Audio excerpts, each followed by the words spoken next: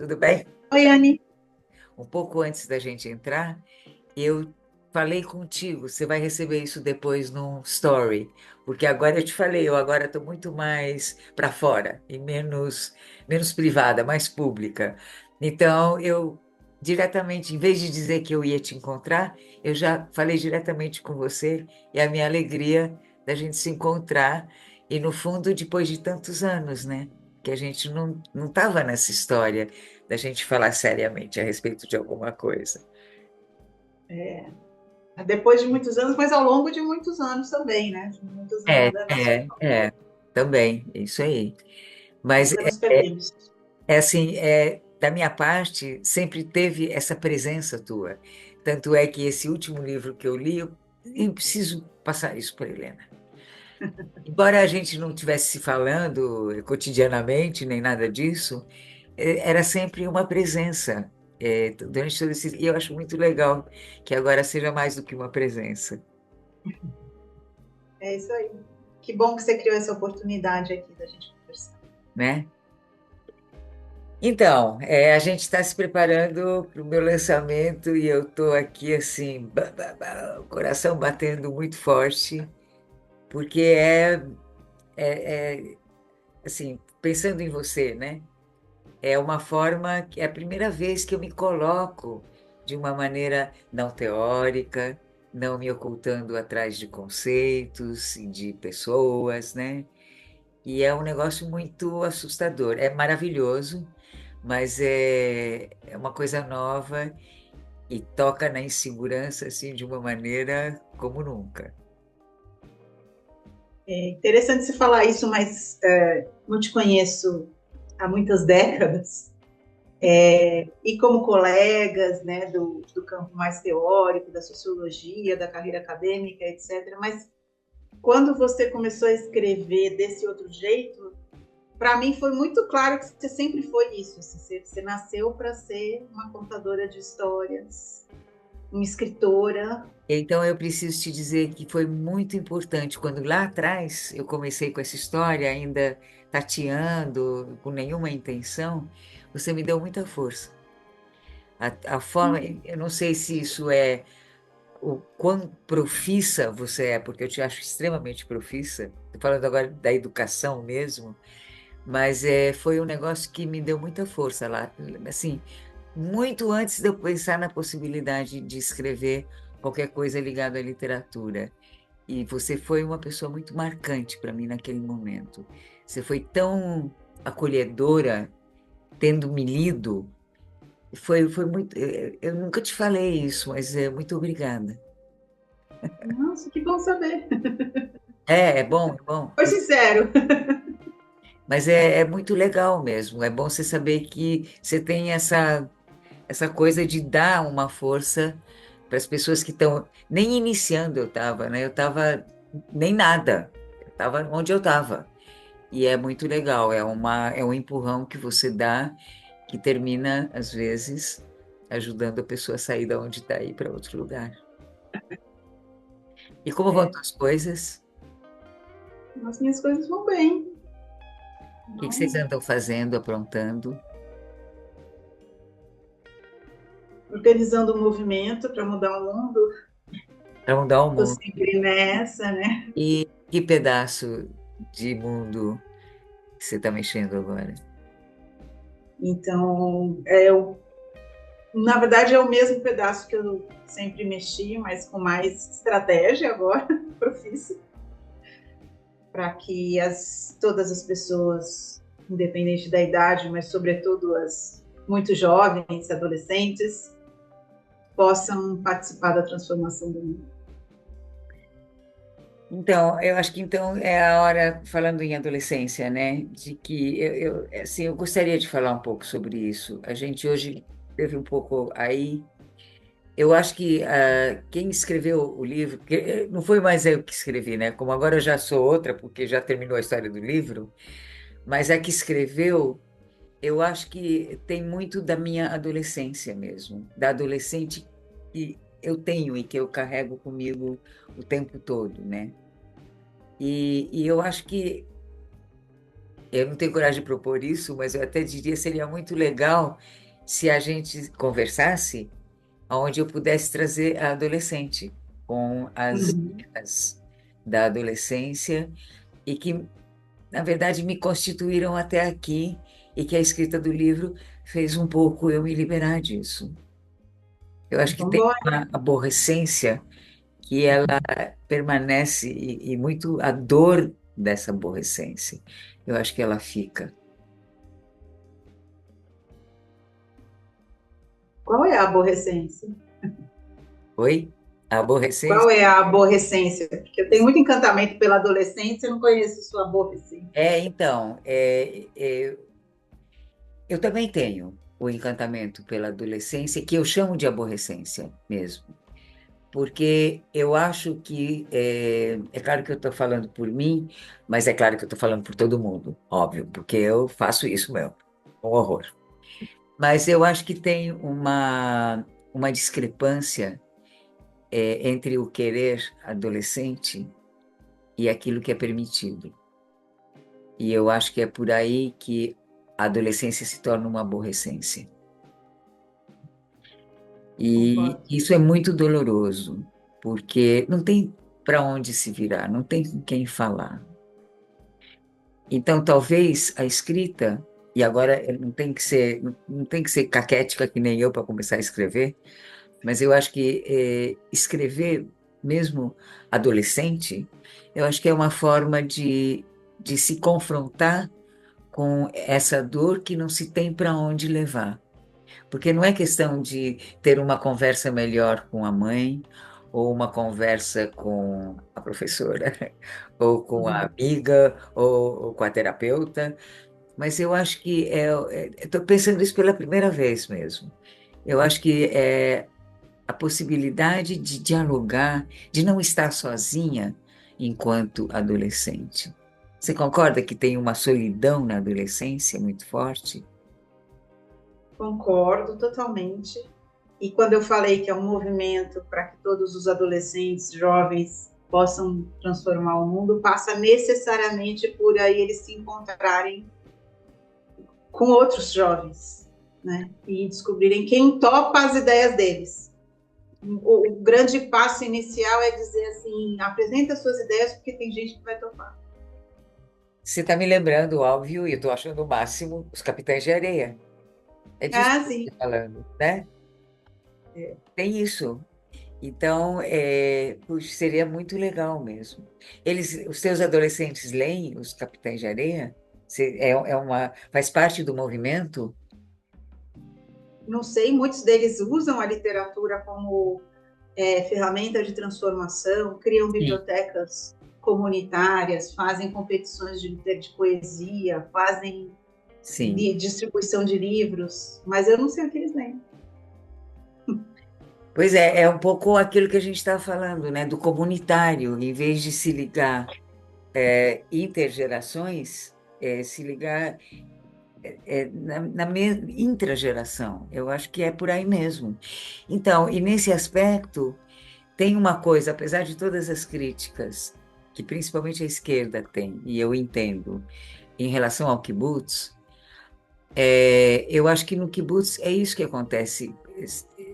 Tem lá o que se chama a Beit Yeladim, né? Que é a casa das crianças, onde as crianças não moram com os pais, moram entre si.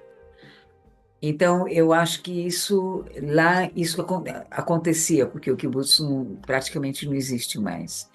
Mas eu acho que a possibilidade de jovens viverem mesmo, não é ir jogar bola depois da escola lá embaixo e depois volta para casa, mas assim, o convívio real, se organizando de forma coletiva, eu acho que é uma ótima pedida.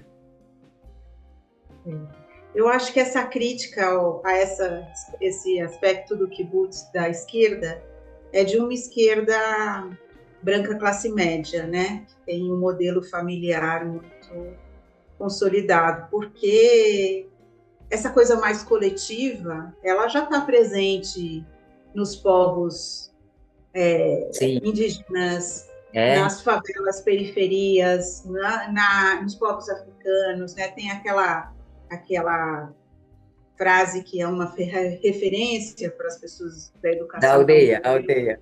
É preciso uma aldeia inteira para criar uma criança. Então, essa perspectiva que é o que está em movimenta boa parte do mundo, mas a gente está num mundo muito fechadinho da família, É, de um modelo também tem mais muito uma crítica que eu fiquei assombrada quando eu a li, porque ela é verdadeira, eu a vivi.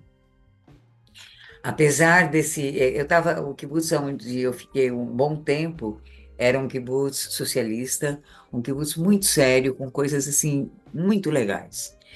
Mas eu confesso que a crítica que existe e que é real é que mesmo no kibutz, onde tanta igualdade, mesmo naquele tipo de kibutz mais socialista, o machismo, a diferença de gênero ainda era muito forte. Ou seja, isso foi uma coisa que o kibbutz não conseguiu realmente resolver. Eu acho que se fez mais igualdade intergerações do que intergênero, realmente. O não gênero, sabia disso, não. não, né? Eu também Não. me dei conta quando eu ouvi a crítica, eu disse, caramba, é verdade. Porque embora a gente dividisse o trabalho quando a gente ia, sei lá, para os campos para colher, havia homens e mulheres, é verdade, mais mulheres do que homens. Quando a gente ia para a cozinha, mais mulheres do que homens. Quando ia para o estábulo, o meu marido, ele trabalhava com as vacas, trabalhava no estábulo. E o estábulo era coisa de homem. A gente, as mulheres, a gente ia quando uma vaca dava à luz, e que aí era aquela festa, a gente ajudava no parto, mas as sessões eram bem delimitadas mesmo, apesar do discurso real, né, pela igualdade e tal, mas e havia a fábrica, a gente também tinha uma fábrica de fazer caixas de frutas e caixas de armas, onde as mulheres trabalhávamos na cozinha da fábrica. E, os, e era um trabalho muito simples, que era cortar madeira para fazer os caixotes, mas lá estavam os homens, né? É a primeira vez que eu falo sobre como era o kibbutz, e eu vejo claramente que a divisão entre gêneros era muito forte, Olha só, que coisa, né? Como isso é impregnado na gente. total. Difícil de superar. Então, esse é quando você fala, por exemplo, quando você fala da periferia, onde essa colaboração entre os jovens existe, essa organização mesmo. Você pode falar um pouco mais sobre isso? Como é que isso acontece na periferia, apesar da situação de periferia? Apesar da situação de periferia, mas acho que assim, primeiro que eu percebo que nesses contextos de periferia, de vulnerabilidade, as pessoas têm muito mais oportunidade de exercer a solidariedade do que nos contextos fechados da classe média, né?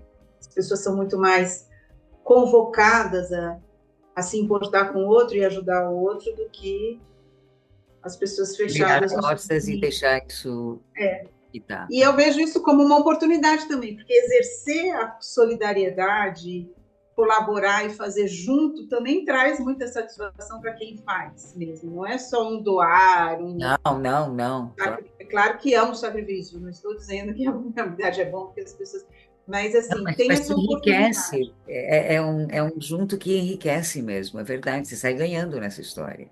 Tá? E aí as pessoas crescem e se formam numa visão muito mais coletiva, de responsabilidade coletiva, do que individualista. Acontece que não é um paraíso, né? E aí, mas o que eu estou falando são de movimentos, de iniciativas que cotidianamente lutam contra toda a violência, que é sobre o que em geral se fala da periferia, das favelas, dos contextos de maior pobreza, né? E é verdade, acontece a organização criminosa, acontece a opressão, acontece tudo isso. Mas tem um movimento de resistência que é coletivo, que é solidário e que vai especialmente em relação às crianças, tentando e buscando e salvando uma a uma nessa competição com o crime organizado, né? Com a violência que vem Eu do tô, Estado. como a gente está falando hoje no telefone, eu também fico fazendo as vinculações, né? Você está falando e eu estou vendo imagens. E vieram duas coisas que eu gostaria que você falasse a respeito e não me mordesse, tá? A primeira delas tem a ver com esse prazer do coletivo, esse prazer de fazer parte e de sentir que aqui eu ajudo, ali me ajudam. Isso me lembra, nós somos de gerações diferentes, mas isso me lembra quando eu era universitária no Brasil, isso uns 2, 3 séculos atrás, aonde Aham, o junto dentro da universidade, enquanto estudante, mesmo em Israel, quando eu fui para lá e fui e vi o início da vida universitária, tinha uma coisa que nos unia politicamente, e quando eu falo em política mesmo, eu não estou falando em partidarismo, eu estou falando em realmente o que você chamou no início da conversa de mudar o mundo, que era uma sim. coisa muito prazerosa e que a gente éramos todos burgueses, né? Não era uma situação da periferia em que a gente se entreajuda por conta de que não tem outra opção. A gente se ajudava por uma escolha ideológica mesmo. E eu achava naquela época, e agora estou pensando, te ouvindo, que o delicioso da história é porque era uma escolha ideológica. Uhum, Mas agora você me diz, não, não é bem assim.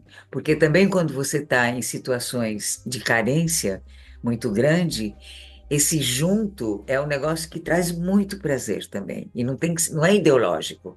É porque é o que a situação te exige, você pode optar não entrar nessa. Mas quando você opta entrar, ela vira uma ideologia, digamos assim, uhum, né? é. Então, eu vejo que a escassez não é o modelo, ou a escolha ideológica não é o modelo único.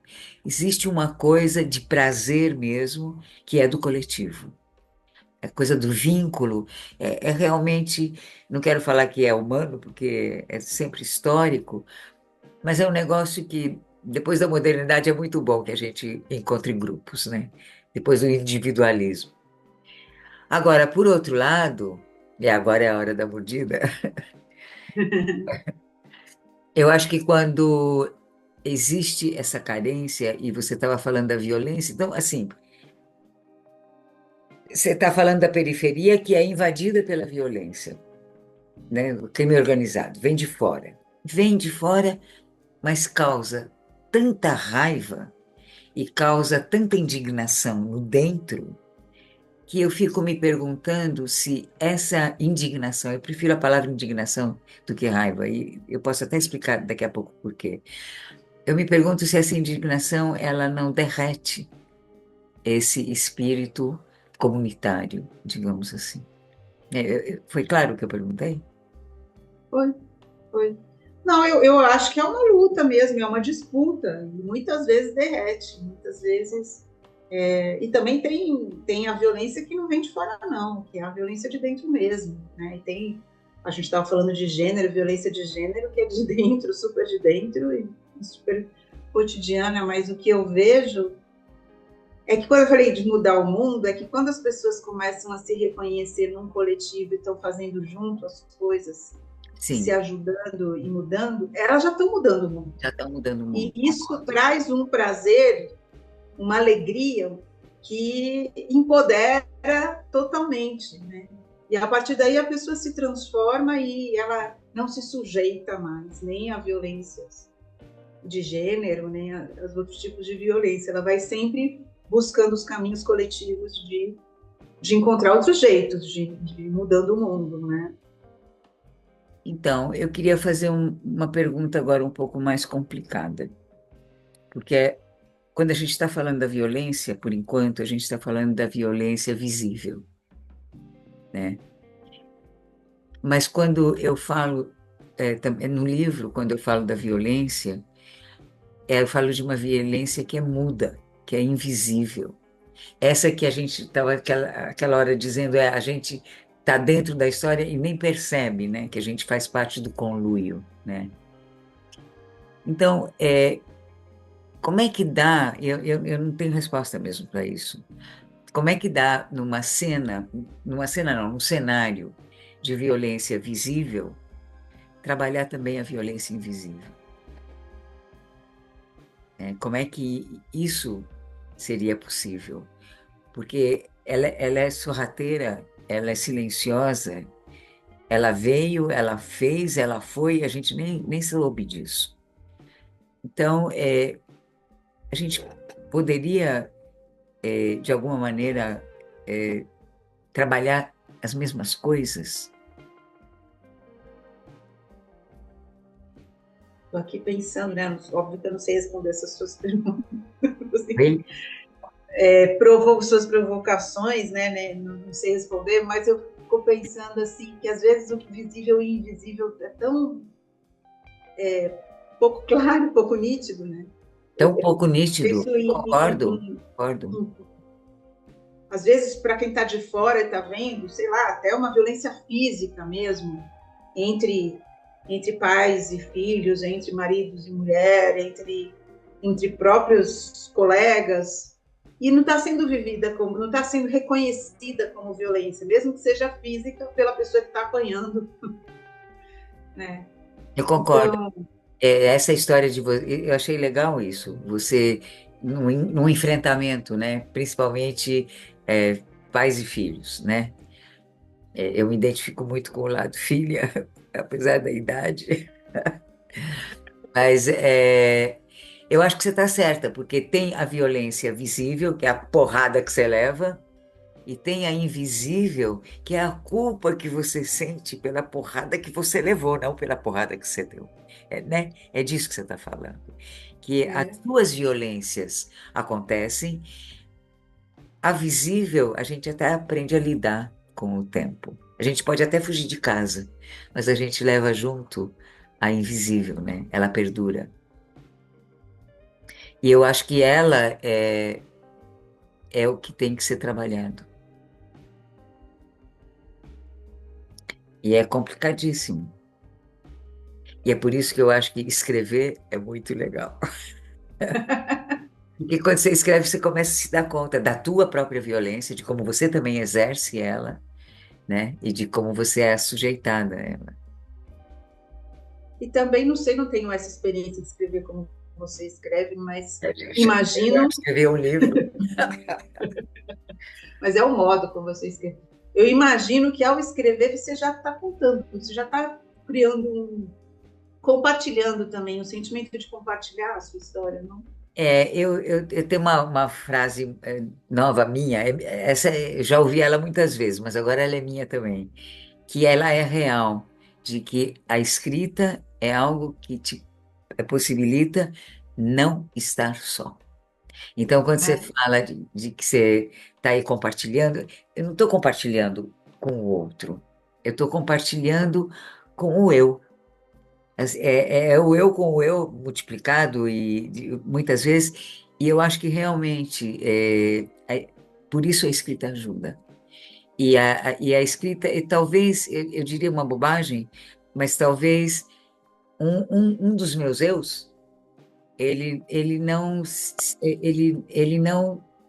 calaria ouvir a violência invisível. Eu acho que quando você tem os teus vários eus à mostra, assim, em cima da mesa, jorrando, eu acho que a violência invisível ela tem espaço e talvez por isso ela ajude tanto a escrita.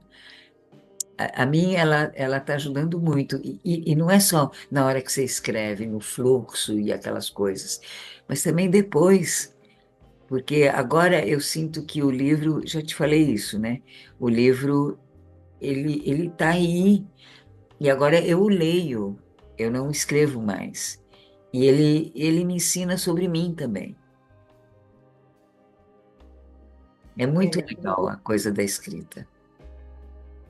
E o seu livro, assim, à medida que a gente lê também, a gente aprende sobre a gente também, né? Porque é muito uma viagem, Para enfim, dentro. é uma história, né? Uma ficção.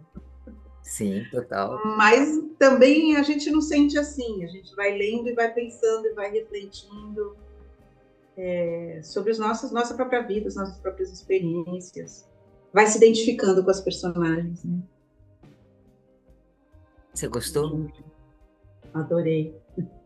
Então, você falou que eu te dei uma força quando eu falei, Ah, nossa, mas assim, não era essa a minha intenção de dar uma força para você, é que realmente foi muito impactante. Você lembra? Eu li em uma tarde, eu acho, né? Eu não consegui parar de ler.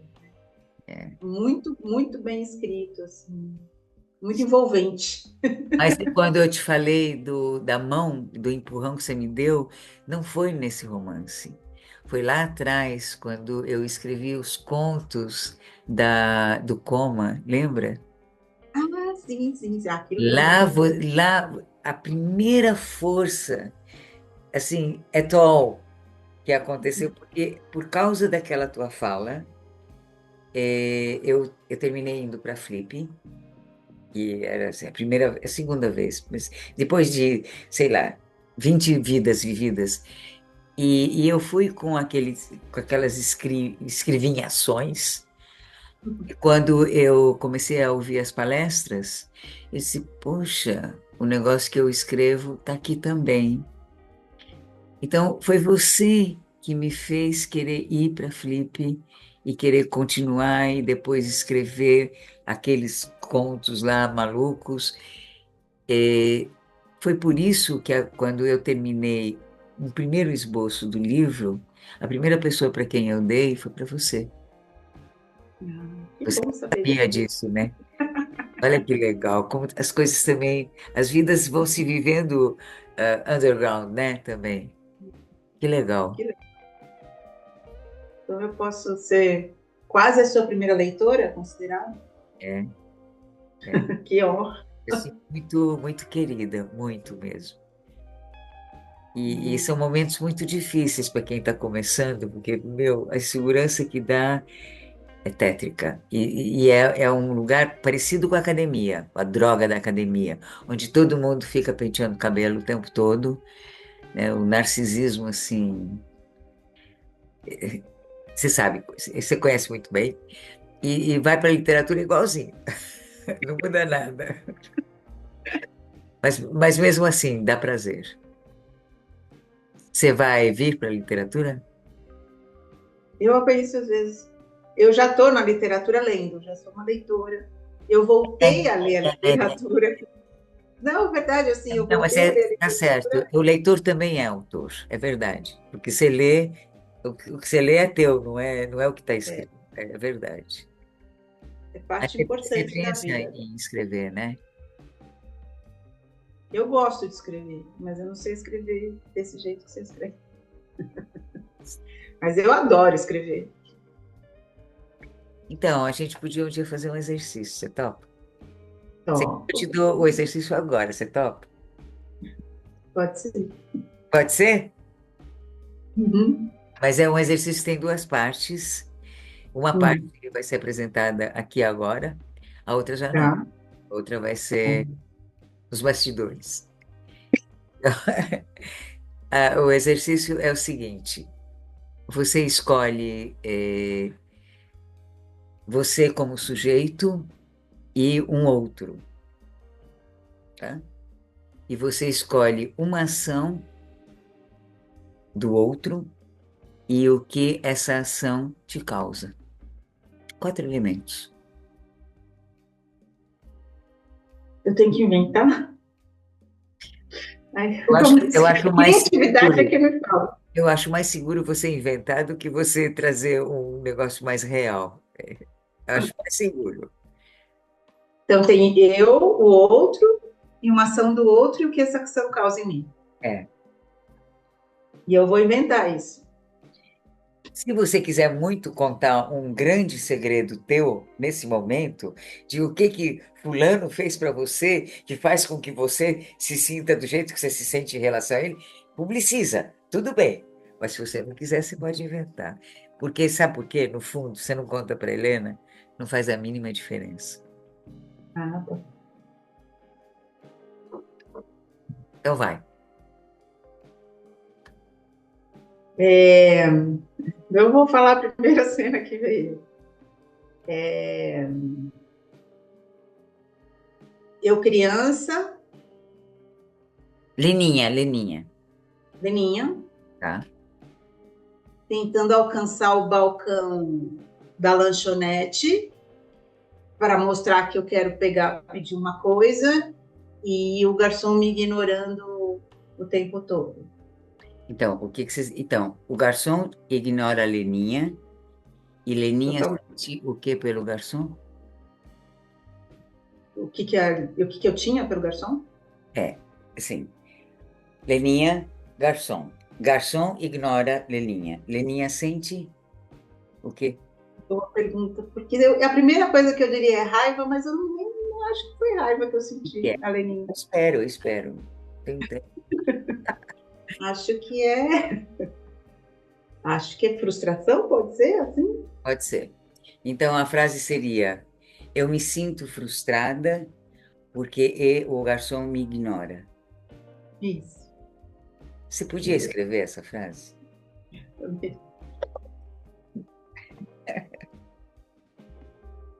Você prometeu que não ia me morder, tá? Foi bom, você não me falou de que eu vou parar. É que é tão legal o que a gente está fazendo agora para as pessoas que, se a gente deixar isso rolar, é muito legal o que a gente está fazendo.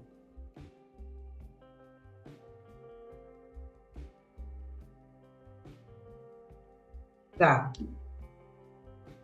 Então, essa frase, em relação a essa cena que você lembrou, é absolutamente verdadeira, right? Uhum.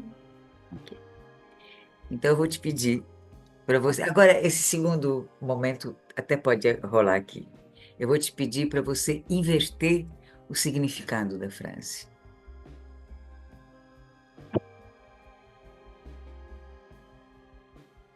Eu me sinto ignorada porque o garçom é frustrado? Isso não é o significado oposto, invertido, não é. Ah, tá. Você quer que Invertido, é. eu me sinto eu me sinto realizada porque o garçom me Igno- atende? Ignora. Ah, Não, me ignora. se eu me sinto realizado porque ele me atende, é a mesma que eu me sinto frustrado Ah, tá certo. porque ele não me Ah, tá atende. certo. Entendi, entendi. Então vamos lá, again. Eu me sinto realizada porque o garçom me ignora. Isso. Essa frase não é verdadeira, né? Não. Então eu vou te dizer uma coisa. Eu vou te revelar um segredo. Teve uma única, embora seja uma frase inventada, aqui ó, que é inventada, mas embora seja, tem uma única oportunidade, única, única, única, na tua experiência de vida, em que você se sentiu realizada quando o garçom te ignorou. E eu gostaria que você pensasse e tentasse lembrar dessa uniquíssima vez que isso aconteceu.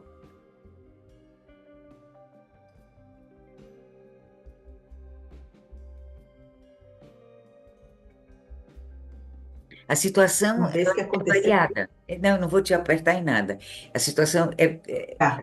tem uma situação na qual isso realmente aconteceu. E eu quero que você localize e conte.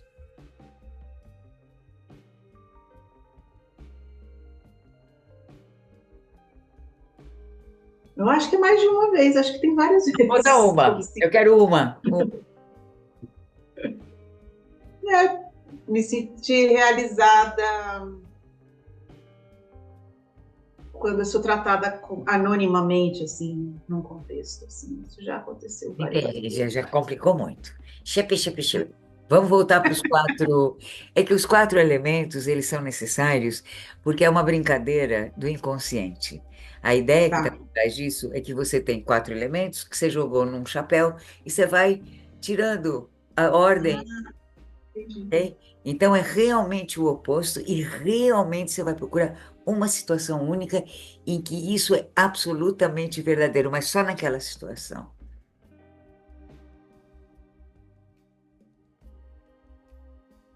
Eu posso te dar um Hum, exemplo, se você quiser, mas assim, é fajuto, de que você está num ambiente que não é muito legal, você detestou o jeito que o barman está tratando as pessoas, e quando ele te,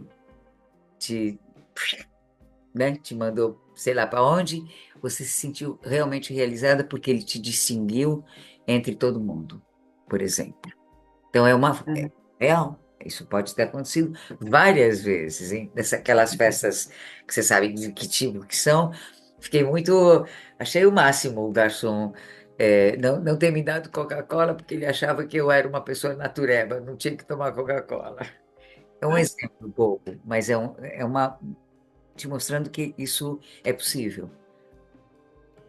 Você entendi. consegue criar uma situação ou lembrar de uma situação? Pensando numa situação do tipo, passando na Polícia Federal para entrar num país e o policial que pega o passaporte me ignora, né? Não olha na minha cara, não presta atenção no que eu falo, eu me sinto realizada. Ok. Então, essa ideia, ela ela é, naquele momento, nessa experiência que você provavelmente teve ou está inventando, ela é 100% verdadeira só naquela situação, certo? Então, se Certo. a gente pegar as duas situações, você vê que aquela frustração que você sentiu em relação ao barman, por conta dessa outra não frustração, reduz o teu olhar frustrado para o barman. Uhum. Você sacou? Então, eu nem sei por que que a gente foi fazer esse exercício. Mas a ideia é que esse exercício é tão brilhante. Eu acho que isso tem a ver com o que a gente estava falando das experiências dos adolescentes e de como a gente pode transmutar aquelas coisas que, não aquelas falas que eles falam, mas as falas que os falam, né? Então, só para você saber, esse jogo das inversões, ele tem, por exemplo, umas 15 variações. E a cada uma delas, você vai desmontando aquela primeira que é a verdadeira, que é o 100% verdade. Fiquei muito humilhada quando o cara não me atendeu. E aí você vai vendo como vai quebrando, vai rompendo com um modelito de pensar e de se sentir, no caso, em relação à violência invisível, inclusive, se começa a perceber. Gostou do exercício? Gostei. Gostei, eu gostei que você trouxe de novo a coisa da adolescência, porque quando a gente falou de adolescência, imediatamente você falou, eu tenho uma adolescente ainda dentro de mim, né? Você falou. E eu, na hora, pensei, eu tenho uma criança dentro de mim. Olha só. Então, para mim, essa coisa da relação da criança com o garçom é uma relação de poder, de invisibilidade da Sim, criança e sim. tal, igual a Ao relação do policial. policial com eu mesmo sendo adulta, sou tratada numa situação Olha que de. lindo, né? Olha que É legal. uma violência invisível. Né? É super invisível porque é uma criança. Assim, é mais invisível ainda, porque a criança só não é violência, e nem um tapa na cara é violência para uma criança, porque estou fazendo o melhor para a tua vida, né? Eu bati em você para você aprender.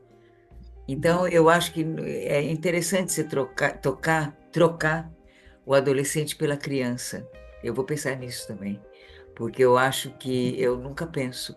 Eu estou tão brecada na adolescência, na minha história, que eu não vejo o quanto a criança também é cheia de histórias, né? É, Muito eu acho. legal. Gostei disso. A gente precisava fazer mais vezes, né, essas coisas.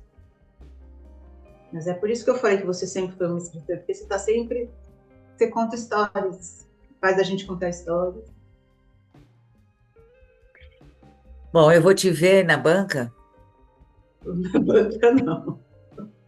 Banca sim, tá? Adolescente quer ver a criança na banca, por favor. Dia 19? Dia 19.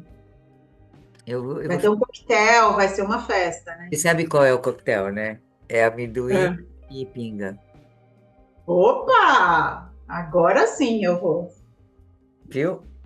Então, Sensacional. tem que ter Mas tem que servir antes da banca, para a gente antes ir da banca califado. a pinga e o amendoim. É isso? Isso, Para você ir isso, para a banca Big é isso? isso. Yes! Adorei. Então a gente vai fazer isso. A gente vai fazer comes e bebes antes da banca. Ótima ideia. Ótimo. Então, só que tem que ter limão, tem que ter água e tem que ter gelo, né? E açúcar. Oh, dó. Mas tudo bem, vai ter. Não, açúcar não era É legal. necessário. A gente abre essa sessão. Gostou do evento? O evento lá com a pinga. Se aprovou? Pinga e Aprovadíssimo. aprovadíssimo. Anotado. Um beijo enorme e lembrança para o Marcelo. Beijão. Beijão. E muito obrigada. Tchau, Matheus. Tchau, tchau. Vai, linda.